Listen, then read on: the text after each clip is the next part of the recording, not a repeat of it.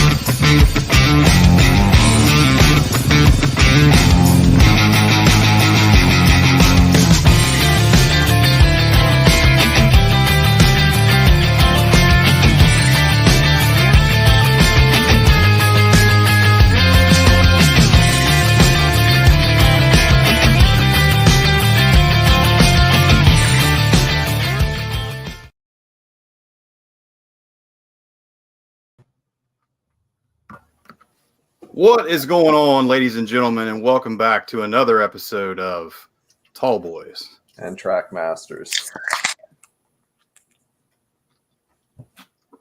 What's going on, buddy? Not much. I'm really liking the new intro.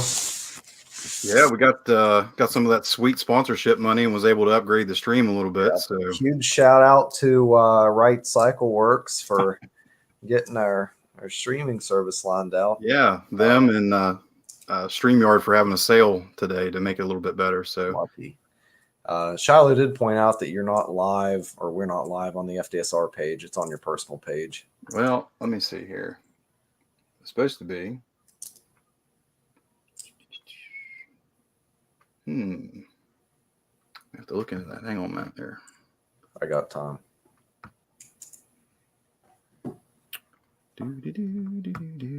Let's see here. Oh, yep.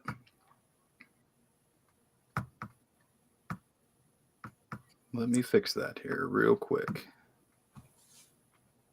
Now, if we just hire on some tech support, we'll be rolling in it. Hang on, it's updating here. You're good. There we go. Sorry about that, Fairmont Dual Sport Rider guys. Should be live on there now. All right. Well, with that being out of the way, like I said, welcome back, ladies and gentlemen. Episode 26. We got a special one tonight. We got another interview episode with a guy that I got to meet a few weeks back. I'm sure a lot of you probably know who this dude is. This is Chris Burke. He is the godfather of the Blackwater Adventure Rally and just an all-around pretty awesome rider and decent guy. So without further ado, let's add him on. What's going on, man? Hey, guys. What's going on? Oh, living the dream. Thanks for coming in for us tonight. Yeah, thanks for having me on. I really appreciate it. What's the name of your friend there above your head? That's Fred. Just my elk. He likes to hang out close with me here, so yeah, with us through the whole episode. really ties the whole room together. Yes, it does. just like Big Lebowski's rug, right? Yeah. Well, buddy, we appreciate you coming on tonight, and we're looking forward to this. So let's just kind of take it from the top, man. Where were you born and raised? I was born and raised right here, and I was born in Elkins, West Virginia, and I've lived in Bowden, West Virginia, my whole life. My family has Alpine Shores Campground here in Bowden, and ever since I was a little kid, I've worked there and weed-eated and helped out, around the campground. So that's pretty much been my life here. Cool, man. How'd you get your start into motorcycles? So as a kid, here at the campground, actually, we had a group of BMW riders that would come in every year the same time, and they would stay right here at the campground, and they would go out and do all this riding and stuff. And, I'd see them coming in and going out, and they'd come back and the bikes were all dirty and everything.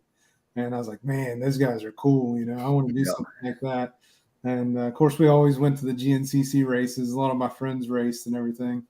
But my dad was never a fan of me being on two wheels. So we pretty much stayed on four wheels and side by sides most of my life. And finally, one day he came home with a KLR 650 And I said, hey, if you're going to have one, I guess I'm going to have one too. And so we started out on KLRs, and it just kind of grew from there. So Cool, man. yeah. What's your current stable of bikes look like these days?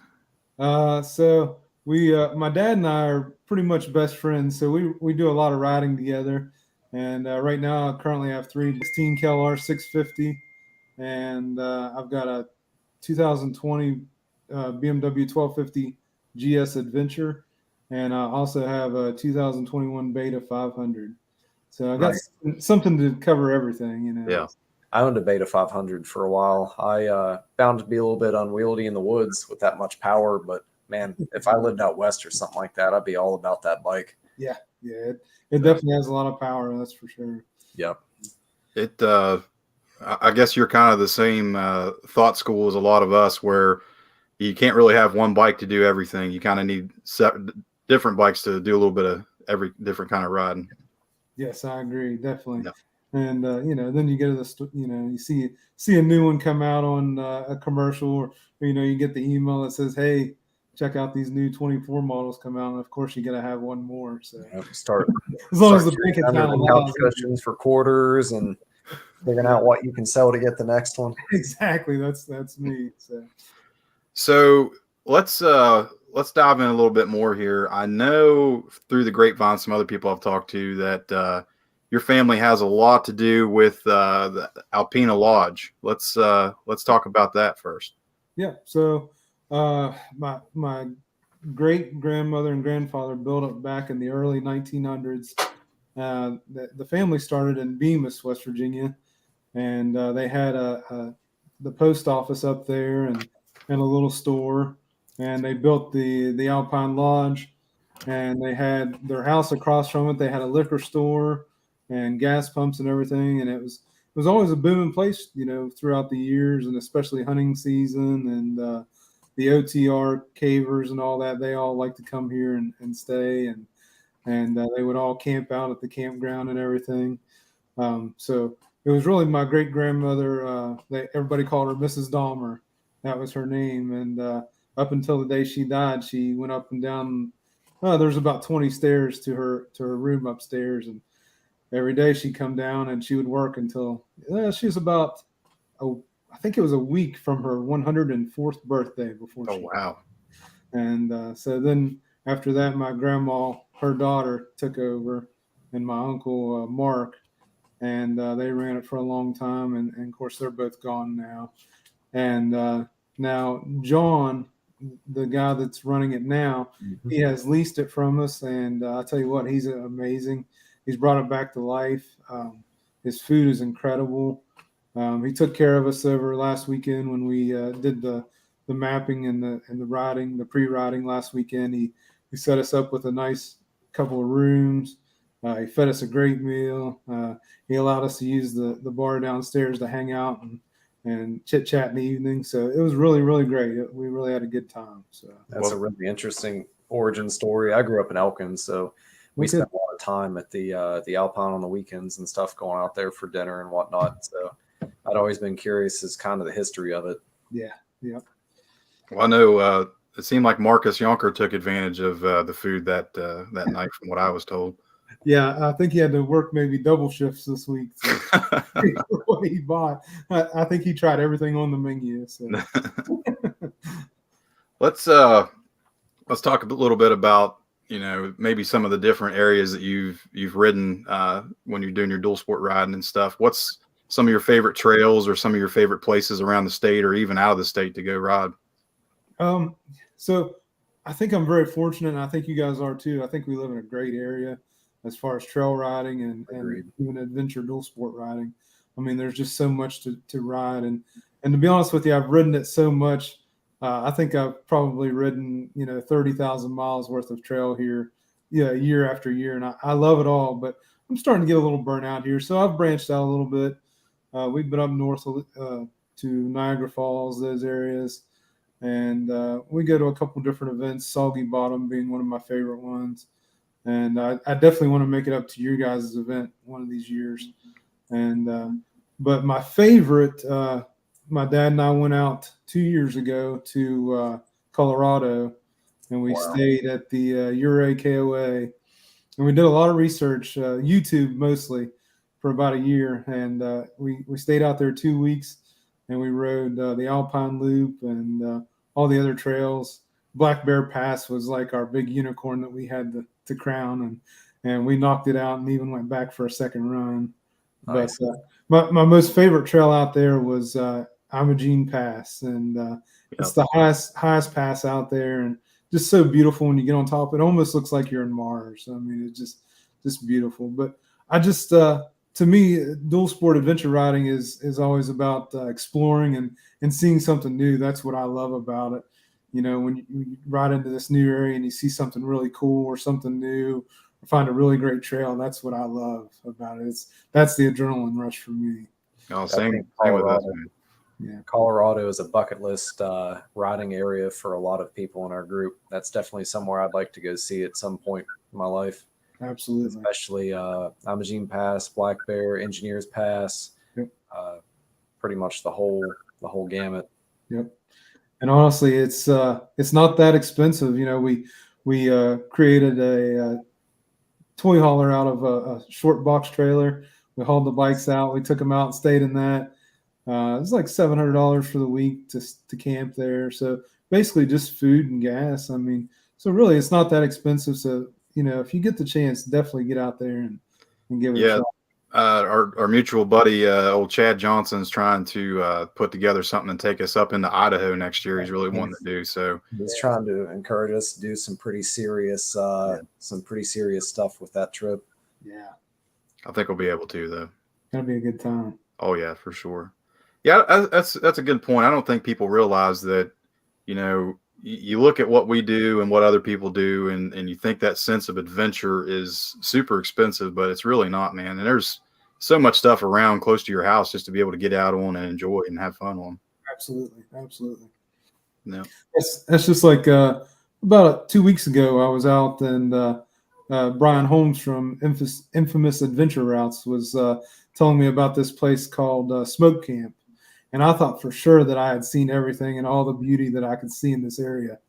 And I rode up there and I was like, wow, this is incredible. So there's always something more that you can find out there in your area, even close home, that you can enjoy on your dual sport. Absolutely. Yeah. Well, let's dive into the Blackwater Adventure Rally, and let's go talk about how that came to be. Because I know, I think we were in our third year of doing the 304 detour, and I started seeing some stuff pop up about little advertising for that, and I was like, man, that looks interesting. So let's dive into how that came to be and how that started. Absolutely. So we didn't really start riding until about 2016. So we kind of grew quickly. We got obsessed with it pretty quick, but we went to a few events and some rallies, and we're like, man, we could definitely do that in our area. I think that would be a good idea. And we talked about it. My dad, he kind of kept pushing it a little bit. He's like, hey, I think you ought to give this a shot. And I thought about it. And I talked to, we met this couple at Soggy Bottom Moto Fest, and they became really great friends of ours, and they do a lot of riding with us. And they also encouraged me a lot to step out and take a little risk, because it is a risk. It's expensive. You don't know if you're going to get anybody to come out. A lot of people say, it can't be done. If you wanted to put together a side-by-side ride, you'd have 10,000 guys. That's no joke, especially in that area. Yeah, exactly. But dual sport adventure is a little bit different. So finally, I talked to another friend of mine, Bobby Brown, and he's going to be there. He's bringing the Motos America team with him this year to do some beginner and intermediate training. But he was the one that sold me my BMW, and we just became really good friends. And I was like, hey, Bobby, what do you think about putting together a rally in West Virginia? And he's like, man, that's awesome. Let's do it. So I told him that we would get started, and I had all these ideas in my head, and we started putting it together. And it was like January of that year. And of course, then we had the first rally in September. And my goal was to have 150 riders the first year. And I met Crystal Simmons, and she works for Red Bull, and she did all the social media and stuff because I'm terrible with all that. But she put all our advertising, and she came up with our symbol, everything like that, and she put it all out there for us, and really took care of us. And it just panned out. We shot for 150. We ended up with I think 178 riders. Still had some on the waiting list, but I was afraid to go too big the first time. I knew I had my hands full with what I had. So, and it's just kind of grown from there. I mean, it's just been a blessing. It's really cool. So that's awesome, man. Yeah. Let's maybe talk about what the difference is between like our event, which is more of a dual sport event, and a rally. Like, what's the differences there between the two?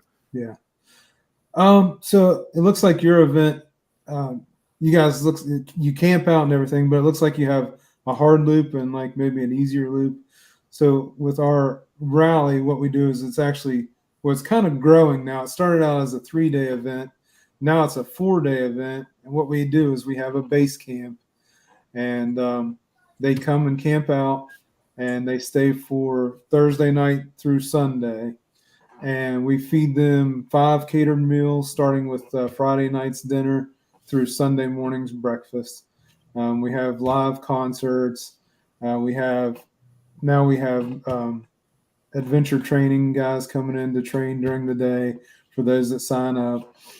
So we got a little bit of stuff going on. You can stay behind and you can do the training, and then you can come and watch the music, and we've got the beer trailers coming in and dinner. So there's stuff to do on the grounds all day long if you wanted to do that. Also, we have a few vendors like Revit's coming this year. And so we just have a little bit to do. And then the big thing is we have mapped out, well, actually, Brian Holmes of Infamous Adventure Routes has done a lot of the mapping, and pretty much 90% of it. I've showed him a few routes, but he does all the hard computer work. He's the man with that stuff. But he put together 13 routes for us last year.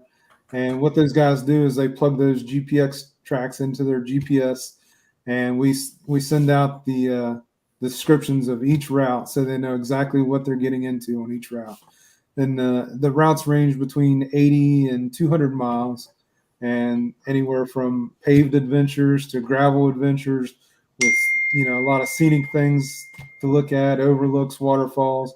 And then we have the dual sport loops, or the single cylinder stuff that we call enduro loops or challenge loops. And we added 2 more routes this year, which you got to experience the single cylinder. Yeah. And so we had a good time playing that out. But that's basically what a rally is. It's just a full 3-day, 4-day event where there's all kinds of dual sport adventure stuff going on, and there's pretty much something for everybody to do there. That's cool. Yeah. Yeah. So it's kind of you can show up and go at your own pace and pick and choose what routes you want to do and that type of thing. Exactly. Cool. Yes. Yeah. Yeah. I've seen a lot of that. I mean, it's kind of weird to see our sport because it's so hot and cold anymore. It seems it's like you're either on the extreme end or you're on the beginner side.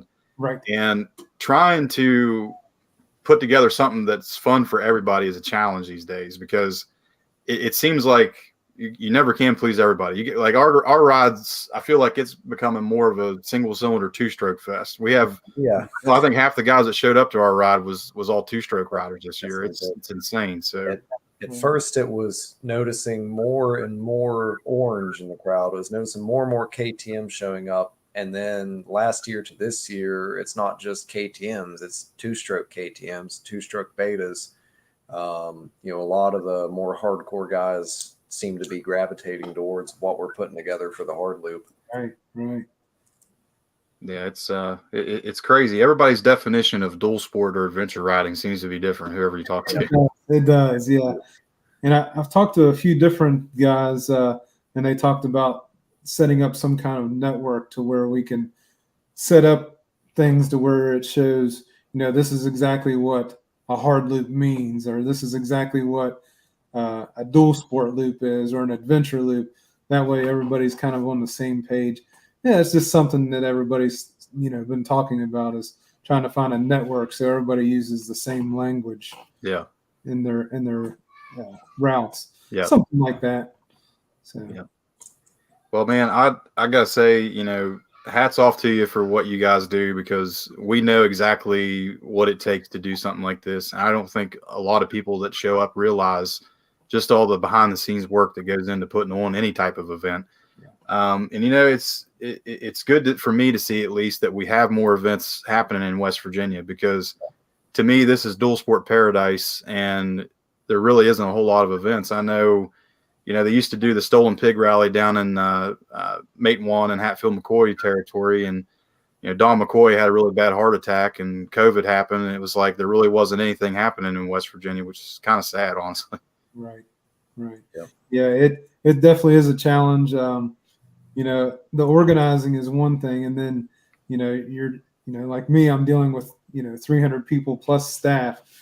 So basically you're in charge of making sure everybody is having a good time. Yeah. And not only that, but you're answering the emails, everything behind the scenes that you're doing that people don't realize that you go through. People aren't getting your emails. This is what I'm dealing with now. It's in their spam folders, so they don't realize what's going on. But there's all these little tiny glitches or problems that you deal with, on a daily basis. Plus, working a full-time job on top of that makes it really difficult. But honestly, though, at the end of the day, when you're at the rally and the guys come up to you in the evening and they shake your hand with a big smile, and say, "Man, thank you for doing this. It's all worthwhile to me." So, yeah, it is definitely rewarding, especially the more people that can be introduced to the hobby through like some more gravel oriented stuff like that. I think it's a really good segue to adventure motorcycling, dual sport motorcycling, pretty much the whole hobby. Right. Yeah, it seems like it's one of the most popular things around right now, and more people are getting into it. And honestly, the more events we have out there, I think that people can dab their feet in and get ready to go. It's better for everybody. Absolutely. Yeah. I've noticed even more and more companies are building dual sports. It's growing. It's definitely a growing industry for sure. Yeah. Let's talk about some of the events and the stuff you have going on at the rally. I know you guys posted up earlier today that you had some open spots left. Is that still true? I believe there is one left right now. So I put out that the refunds will. Yeah, exactly. The refunds will stop, September 1st, and the reason being is, we order all the T-shirts for everybody custom, and all the food, everything is custom. So we asked that you have up until September 1st. So I think that eliminated a lot of the people that were going to get refunds, and so a few slots did open up that they could purchase. And as soon as I posted that, they were pretty much gone. Like I said, and there's only one left, I think, now, if it's not gone already. So, all right. Well, I know we definitely got some guys in our group that are signed up and ready to go out there. So let's talk through your schedule of events, man. I know you said you guys are going to start on Thursday, so just kind of take it from there about what all is going to go down. Sure. So Thursday, of course, I've got my behind the scenes guys coming in. I've got the Motos America guys coming in early that week, and we're going to pre-ride some stuff. They're going to do a ride along Saturday, which I'll tell you more about in a minute. And so we're going to go out and pick a trail that they can take everybody on, where they can test out their new skills and everything. But so throughout the week, we'll be setting up, getting everything ready, and then Thursday, we're going to open up the gates at noon. People can start coming in, and then Thursday evening, John from the lodge at Alpena, he's going to come. And of course, he's doing all the catering and everything for us. But Thursday evening, he's going to have food that you can purchase. That way, when you come in, you don't have to go back out to the store or to a restaurant. And so he's going to provide that. And I'm not going to let in the secret of what he's got in store, but his food is pretty awesome. So everybody will enjoy that. So Thursday will just be kind of a, get set up, get settled in, relax. And then Brian is going to be there Thursday evening. and he's going to help people with their GPS issues. There's always some kind of issue or questions about the routes. So he's going to be available so they can come in and talk with him. And then Friday morning, we'll start at 9 a.m. We'll have our first riders meeting and opening ceremonies. And we talked about doing something special with that too, but I haven't locked that in yet, but we'll see what happens. But after the riders meeting, everybody will pretty much start ride one. And then for the guys taking the beginner class, they will stay behind, and the beginner class with Motos America will start at I believe it's 10 o'clock, and they're doing a 3-hour class, and then in the afternoon they'll do the 3-hour intermediate class, and they have a really great curriculum that they've put together that's going to be really good. They're professionals, so it'll be a good time, and of course everybody will be out on the trails all day.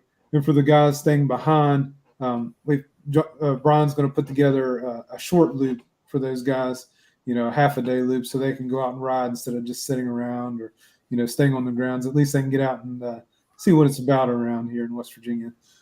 So then they return in the evening at 5 o'clock, and we'll have dinner 5:30 to 6:30, and then at 7 o'clock. We will have the DJs playing music. The Olacre brothers are going to have music that evening. And then we do the field games. And last year they got really creative with them. They had all kinds of different stuff going on. There were some cornhole boards and stuff in the mix. I think there was even a croquet or a golf set at one point that you had to use on your motorcycle. So there was some really fun stuff. That'd be really interesting, actually. We did motorcycle limbo the second year at the 304 detour, and that got interesting. Yeah, I bet it did. Unfortunately, my suggestion for motorcycle lawn darts didn't go over too good. That's funny. But that'll pretty much be the evening. These guys, after a long day's ride, you get your belly full and they drink a couple beers. About 9:30, everybody's pretty much done for the evening. So yeah. Then Saturday, we'll start earlier, 8 o'clock for the riders meeting. And again, everybody will take off and go riding for the day. But the difference with this one will be the guys that took the class with Motos America, they will now go out with them on the trail and do this ride along. And basically what that is they're going to take them out, and everything that they've learned in the class, they're now going to be able to go out and put the use on the trail. So, and they'll have guys there to watch over them and tell them what they're doing wrong or help them through, and, help each other pick up bikes and laugh and have a good time, so they'll do that. And then basically, again, the same thing, they'll return at 5 p.m.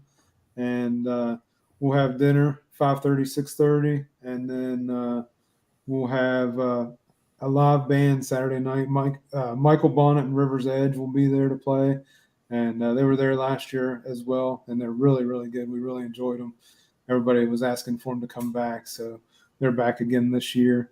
And we'll do the field games again. And with all that, we're doing giveaways. Climb, Moscow Moto, they sent us some great gifts to give away, and also Nice. we purchased some stuff from Rocky Mountain, and but we always have good giveaways to give out. And then we'll wrap up the night, and again Sunday morning we'll get up, have a riders meeting, and we'll go out and ride throughout the day, and that'll pretty much wrap it up. So it's pretty interesting, a lot of fun. Everybody seemed to enjoy it last year. So Man, that's a full itinerary you guys got going on down there. yeah, and there's a few other things. We've got some sponsors. I don't have the website with me right now, but we've got he's got a adventure company in the Caribbean, and they rode last year, and he wanted to sponsor us this year, and so he's going to speak one evening, and he's a sponsorship, and it's a really cool thing that he's got going on there in the Caribbean. So some of those guys might be interested in that. So do you notice a lot of local riders showing up to this event, or do you get guys kind of from some pretty far away states? Yeah, so we've got guys. I think I even saw tickets from Texas this year. Wow. Pretty much all over the East Coast. We do have some internationals coming in We had some last year, and we do have a few coming in this year. So, yeah, we've got them coming from all over, and I don't know how the word spreads. All I can say is social media is pretty crazy. So, Yeah. Agreed. Well, not only social media, I've found that word of mouth works really well too. If you put on a really awesome, super exciting event, man, yes. it's like that guy comes, he brings his buddies next year, and it just continues to grow and grow and grow.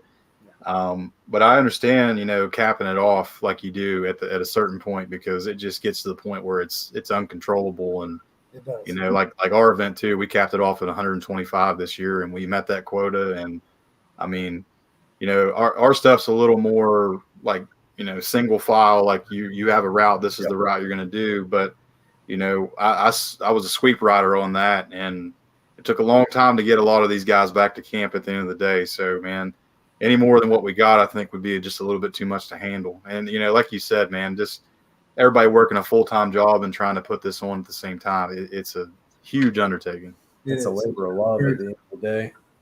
Yes. Yeah. That's for sure. Yeah, you really anybody that's even thinking about putting on an event, you better know what you're getting into and realize that it's a labor of love. You're not going to make any money off of it, and it's going to be more time than your spouses or anybody else wants you to put in. But at the end of the day, like you were saying, man, when people come up to you and say, "Hey, this was awesome. I had such a great time," that pays dividends above anything else to me. One of my favorite things is just recognizing faces from previous years that just keep showing up, keep having a good time.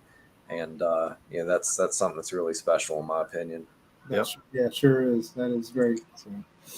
Yeah, we, obviously we've kind of adopted Chad Johnson, because he kept coming to our event and kept coming and riding with us over and over and over again. So that is one good thing. Yeah, you keep seeing the same faces showing up. That's definitely something awesome. Let's talk about how did you meet Brian Holmes and kind of come together on that? Yeah, that was a miracle, actually. I mean, he's a big part of this rally, So, believe it or not, it happened through the Alpine Lodge and John. So, we were talking to John, my father, and I about catering the first event and everything, and we were telling him what we were getting ready to do, and actually, I think he had some pamphlets out front for the IMAT, and he had the decals on his car and stuff. He said, "Have you met Brian Holmes?" I said, "No, I don't think I know Brian." And so he introduced us and hooked us up, and we had dinner there one evening, the three of us, and we just hit it off right away. Became really good friends, and we just kind of went from there. He's been a big help, and we probably couldn't do it without him. I mean, that's for sure. So that's awesome, man. I've heard nothing but good things about the rally. I know you kind of mentioned whenever we did a little bit of pre-running that you might be looking for a couple extra set of hands to help. If that's the case, I know that there's probably a good bit of us in FDSR that would definitely be willing to come and lend a hand. So I already spent a good bit of time down towards Elkins too. So okay, yeah, you guys are more than welcome to come down and help us out. And just let me know, and we'll get together and talk about it. That sounds good, man. Trying to think of anything else going on right now. What's maybe some of your I know you said you went to Colorado, but what's some of your maybe other bucket list rides you want to do before the big man calls you home? So my dad and I made this pact that we were going to do something exciting and fun every year as long as he can. He's hitting his 60 this year. So this year's plan is the last 2 weeks in October, we're headed out to Moab to ride for 2 Oh, weeks. man, that's awesome. That's our big trip this year. That's another bucket list ride. Yes. We actually found it by chance along with Ure. So we elk hunted a few years out there as well. And one of the years there was just there was no elk, they just weren't there. And we hiked and beat and bang like 12 miles a day. And finally we're just like, you know what? Let's just go drive around and see what we can find. So we hunted near Montrose, which is not too far from Gunnison and also Ouray. And we're like, hey, let's drive down and check out this Ouray and Silverton. And we heard there was a cool train there that went from Silverton to Durango. So we're like, let's just go check out these towns. And we drove through there and we walked the streets of Silverton. It's just like stepping back in time. I mean, it's old Western town. You got the horse and buggy. Of course, it's, for tourism, but it's really cool. It's really neat to see. And we're like, man, we got to come back here with the bikes. So the original plan was to go out with just our adventure bikes. And we were going to trailer them out to our hunting cabin there that we rent every year, and then just ride from there and camp off the bikes. And Dad said, no, let's make this trailer and we'll take 2 big bikes and 2 little bikes. That way we can ride everything that's there. Nice. That way we're not missing out on anything. So that's what we ended up doing. And I'm so glad we did, because the weather and things out there. The first day we were out on Imogene, we rode Yankee Boy Basin, I think is what it was called. And it was like 75, 80 degrees. Last week in August, we get clear up on top of Imogene and it's snowing and cold. I mean, it's just miserable up there, but it was really crazy to see that much of a change. Yeah. So I'm really glad we did the trailer. But anyway, so we did that. And then I think it was a few years, maybe a year or so later, we did another trip to visit one of his friends in New Mexico. And what we did, we came back up through Arizona and looked at the Grand Canyon and everything. And we ended up passing through Moab by chance. I was like, man, I've heard of this place. I was like, we need to just drive through and see what it's all about. So that's what we did. We ended up driving through, and I was like, man, we got to come back here. And while we were there, we were going to rent a couple KTMs there from one of the local shops and just go out and see what the trails were like. And I think it was like $600 a day. Then you had to rent the gear on top of that. So we're like, no, let's not do that. So we ended up, we took a Hummer ride on I think it was called Hell's Revenge. Hell's Revenge, yeah. Slick Rock. Yeah. And we went out and did that. It was a lot of fun. And it was actually a retired UPS driver that drove us in the Hummer. And he was a really cool guy. He's like, this is what I do for fun in the mornings to wake up. He said, I come out and drive this Hummer for these guys. So it was really cool. He did some really crazy stuff with us, and we enjoyed it. So we're like, yep, we're going back there. And so that's what we're going to do this year. We're going to spend 2 weeks there. We pretty much got it all mapped out. I purchased the Fun Tracks guidebook, and they also have the chip for your GPS. Yeah. So basically, you just pick what trails you want to ride and plug them into your GPS and go. So it's really easy and simple to. That's what we did in Colorado as well. So yeah. And while we're at it, I'll just tell you one more story. Everybody talks about riding large adventure bikes on these big trails, out there, and so the trails are marked color coded. Green Yep. being the easiest, red being the hardest. So we came through Animas Forks, which is the little ghost town out there, and there was some like old trappers cabins that we wanted to see up on this mountainside. And I don't even remember what it was called. It was one of the gulches, but it was a green trail. We're like, oh, it's good to go. So we rode up there. And it was really pretty going up, and we passed all those big herds of sheep where they herd the sheep through the summer there, and we got to see all that, which was really cool. We got up there, checked out the cabins, got some great pictures, and it was coming down the back side that got kind of interesting. So it was really steep going off, which was no big deal. The trail was really good, and then all of a sudden, where the snow melt had happened, the trail had huge washes in it. And then on top of that was all these like shell rock and real loose dirt. And then on top of that, to your right is a huge cliff. Yeah. So you have no room for error at all. Yeah. And there was no way to turn around. And I was on my BMW GS Adventure. He was on an Africa Twin. And he was ahead of me. And we actually shut our bikes off, and we were using the clutch and the brake to get through this section. The bad thing was we didn't know how long it was going to last. It was as far as you could see. Well, anyway, the BMW ends up getting away from me, and I lay it on its right side, and it's facing down this steep hill. 600 pounds, it's fully geared up, and no one to help me because he had his hands full as well. So that was a pretty interesting time. I wrestled with that bike for a little bit to get it back up. I was pretty sweaty. finally we got back down to the bottom, and I think it was the Forest Service guys or something were coming through, the Rangers, and they were in a Jeep, having a good time. They stopped and said, "Hey, you guys having fun?" Of course, I'm sitting there, just all red and sweaty. I was like, "Well," I said, "we're a lot better now," but man, what an experience that was. I was like, the green trails are pretty tough around here, so Yeah, you just never know what you're going to run into. that's awesome, man. But, Yeah, it is really funny how, like, even if you do any type of ride like that and you have what you're thinking at the time is not a very good fun experience, and it's hard, it's frustrating, and then it's always such a good story when you look back on it and say, yeah, we did that. That was a little bit ridiculous. Even me drowning my bike earlier this year. Every experience, like you said, that I thought at the time was terrible, I look back on, it was at minimum a character building moment.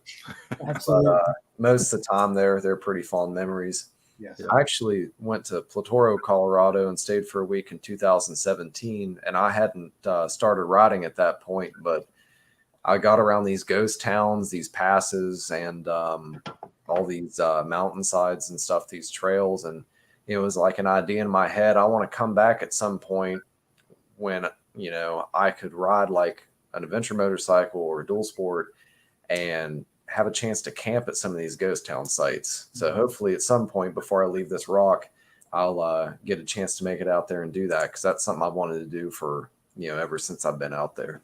Absolutely.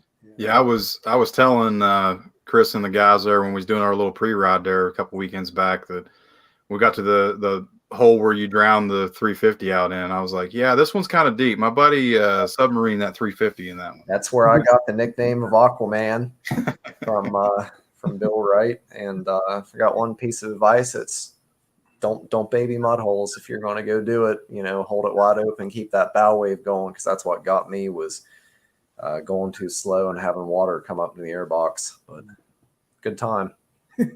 I still mad if it would have bent one of the valves or the rod or something, but in hindsight, it was okay. That hole was still deep that day, man. Old Irish came through there on that T7, and that water was clear up to the seat on that thing. It looked like a submarine going through. I'd take my Kawasaki 250 through there because it's got a really high intake on it. It's like at the very top of the seat, but those KTMs having the intake that's comparatively so exposed, it's makes water crossings a little bit sketchy. Well, I will say, those of you that are signed up for the Blackwater Adventure Rally doing are you calling that the train tunnel challenge loop? Yeah, something like that. That's what if you guys are doing that, be prepared for some water. There's a good bit of water on that. I think when we went through the train tunnel, it was I was in the same boat, except I couldn't tell where I was going because I have a stock headlight and I had a tube pouch on my front fender, so I could see like maybe a 4-inch strip like 30 feet in front of me of what I was coming up to. Luckily, we had a guy that was kind of directing us to where the most shallow parts going through that Kingsville tunnel was. But again, in hindsight, it was sketchy at the time, but it was a great memory. I'd go back and do it again if the water was a little bit lower. My favorite part of that day was when we got through that way. I was behind Brian Holmes on his 701, and I knew whenever the water was a little bit deeper than what he expected it to be, because I'd hear that thing downshift and just red line. I'm like, all right, there's a deep water hole coming up here. I got to be prepared for that. It pays to not be the first guy through some nasty stuff like that. It also pays to not be like, the fifth guy in my case, because then you can't even see what's under the surface anymore. Right. That's a really fun area, and I'm sure a lot of guys are looking forward to your rally there, Chris. They said we've heard nothing but good things about it, and just glad that there's more events in West Virginia, and hopefully some other people will step up and put even more on, because man, there's so much riding around our state, and it's a shame that there's not really a whole lot going on that I know of other than our two events, honestly. Yeah, absolutely. Yeah, it would be great. There's room for everybody. There's for more events, things going on. We only put one on each year, and reason being I only do one a year is seems like it rains all spring, all summer. Yep. So I wait until September. That way, it's pretty dry, starting to get cool. Yep. Yeah. But yeah, we definitely need some spring rides around here. It's a challenge anymore to just find a weekend that there's really not a whole lot going on, especially in our segment in our sport, because I know we picked the third weekend in July, like the first year that we ever did our event, and then we switched it up and did a little bit later in the year on the second year, and it was during a bunch of them that were going on in Ohio, so we hardly had anybody show up, and we went back to the third weekend in July, which works out well. But yeah, man, it's such a crapshoot just kind of waiting around to see what the weather's going to do. And I'll tell you what, it seems like anymore that a meteorologist is the job to have, because you can be 100% wrong and there's no consequences about what happens. Paychecks just keep coming in, I guess. Well, it's no joke. There's been several times that my fiance and I have gone camping over towards like Bowden, Bearhaven, etc., that it's called for like crystal clear weather, perfect days. We'll be listening to the radio, and the worst sound you've ever heard when you're sitting at camp in the woods comes through the National Weather Service bulletin saying, like, it's going to rain sideways. There's going to be 80-mile-an-hour winds and hail for your affected county, and it's just not a good feeling. No, it's not. We've been pretty fortunate with our event. I know last year, like, the Easy Loop guys got maybe 3 miles from base camp, and then the heavens opened up and they got absolutely drenched. But for the most part, it's been pretty good for us. I don't think we've had a whole lot of issues with that.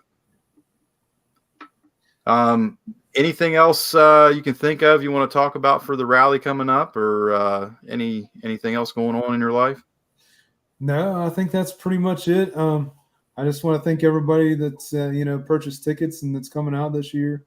It really means a lot to us that you're supporting our event, and I hope that you support everybody else that's trying to put events on.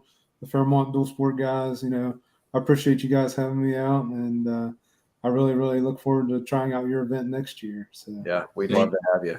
Same here, man. Like I said, I don't know when I was talking to you, the only thing ever holding me back is that's my wedding anniversary weekend. So right. I know the wife doesn't like that too much. Maybe I can talk her into just coming and camping with you and helping out a little bit that weekend. Yeah. That's funny because we hold the ride every year on my fiance's birthday weekend. Of course. And she works the event, so that's even better, right? Yep. Yeah. All right, Chris. Well, thank you so much for coming on and talking to us, man. We appreciate it. Looking forward to everything, getting to ride with you a lot more. I know we've kind of know the same friend group for a long time and never really got to talk to each other or anything. So I appreciate you inviting us down to ride there a couple weekends back, and absolutely look forward to some more riding, man.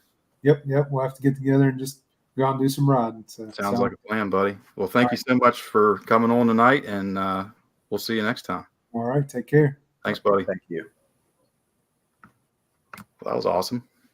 Yeah. I'd be interested in giving that a shot at some point. I'd imagine that a lot of the routes they take are stuff that I grew up on, bounce around in the passenger seat of my dad's Toyota pickup when we were out between hunting spots and stuff when I was a little kid. So no, I had a blast when I got to do the pre-run stuff with them there.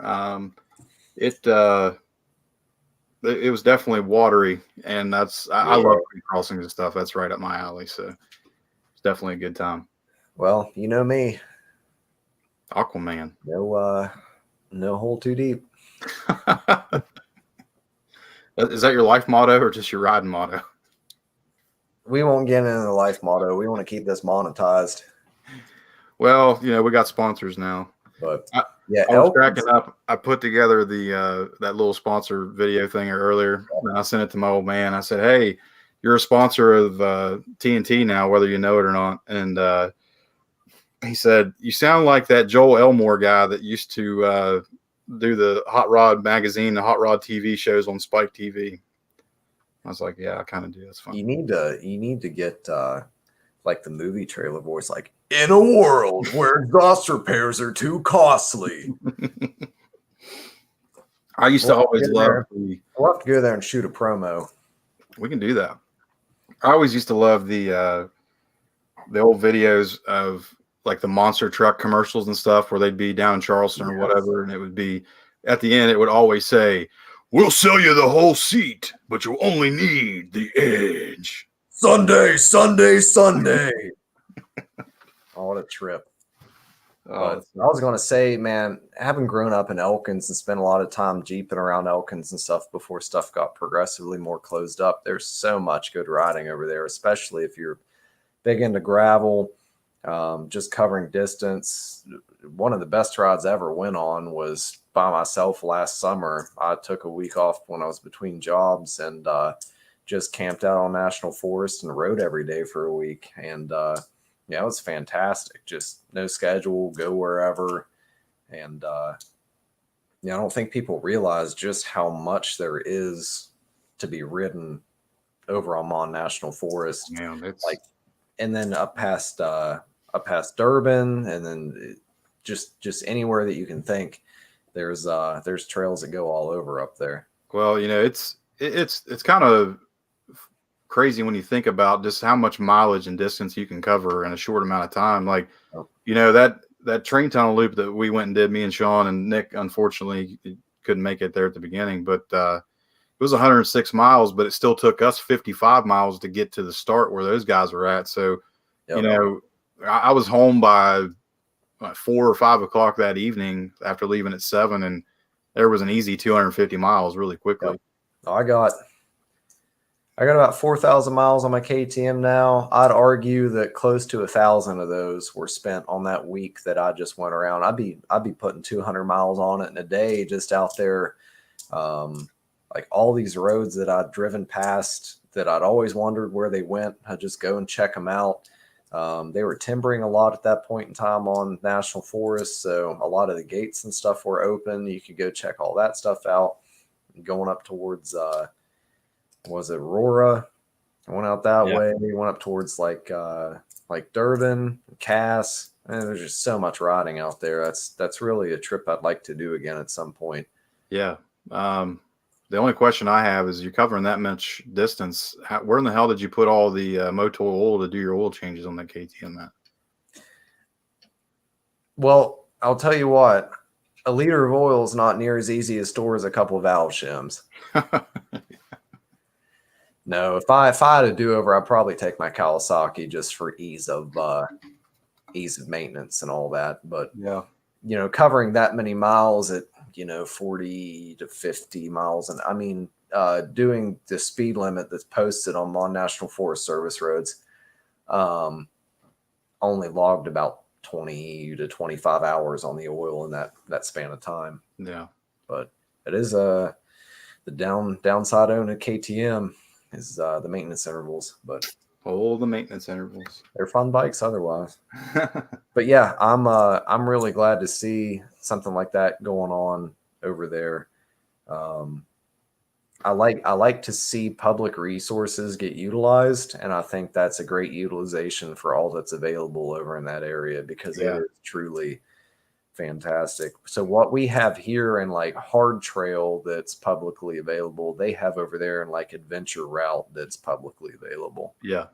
Well, it's like we were talking about it. You can't please everybody, but if there's stuff out there and more events that cater to more, maybe the hardcore spectrum, and I don't really want to call it the easier spectrum, but more adventure bike crowd stuff. Yeah, more adventure oriented. Yeah, it's just better for everybody, and this is kind of funny to talk about a little bit, because I know we were mentioning, me and you off air earlier yesterday. One of the guys that posted up in the West Virginia Dual Sport group about that, like going out and riding and not sharing routes and kind of gatekeeping a little bit to keep people out of the state. And that was an interesting discussion over there on that Facebook page. And, one of the things that came up on there that kind of put a splinter under my skin a little bit was some guy had gone on and created an LLC that was based in Delaware and was selling the Tour de Coalfields GPX file for $25. And Laney gives that out for free. So it's crazy to have you have scumbags. There's been instances on Adventure Rider that I've happened across things being shared that I know for a fact are publicly available route information that just happens like that. But as far as gatekeeping this hobby, I'm not about that whatsoever. Some of the most fulfilling things for me is anytime I find a really interesting new section, new route, new location, I want to share with people. Yeah. This to me is one of the biggest benefits of this hobby is being able to share experiences with people that are, on the same page that you are. Yeah. Yeah. I don't know, man. I get people that maybe they want to take and make a little bit of money out of this hobby, like doing guided trips and stuff, which, I'm kind of on the fence of that as well, but to each their own. If you are somebody that wants to pay to go out and play and figure out stuff, that's on you. But man, when the creator of the route offers it up for free and you copyright and plagiarize the damn thing and try to sell it as your own, that's just low, in my opinion. That's a sign of the times, buddy. I don't know how else to explain it. Yeah. It's just how stuff runs now. But yeah, as far as like trying to make money off of this hobby, that's like, the ride we put on every year. It's not like we're making some huge amount of profit off of it by any means. And largely what is being made off of it is being kept around to put into it for continuous improvement. Yeah. So and it really is a labor of love. Yep, buying or renting the facility for next year, making sure the food, like, you're not making any money. It's not an endeavor to get rich off of. Anyway, let's go through some of the comments here. Now this might get a little bit interesting because we're streaming across 3 different platforms now. But got one here from our buddy Chad Johnson. Says Chris and Zach are a real class act, and I can definitely say Chris is, just from our interview and being able to hang out with him there. Nick Hall, wish could have made it. Damn KTM. Yep, that thing was leaking pretty good there at Hardy's. They're junk, buddy.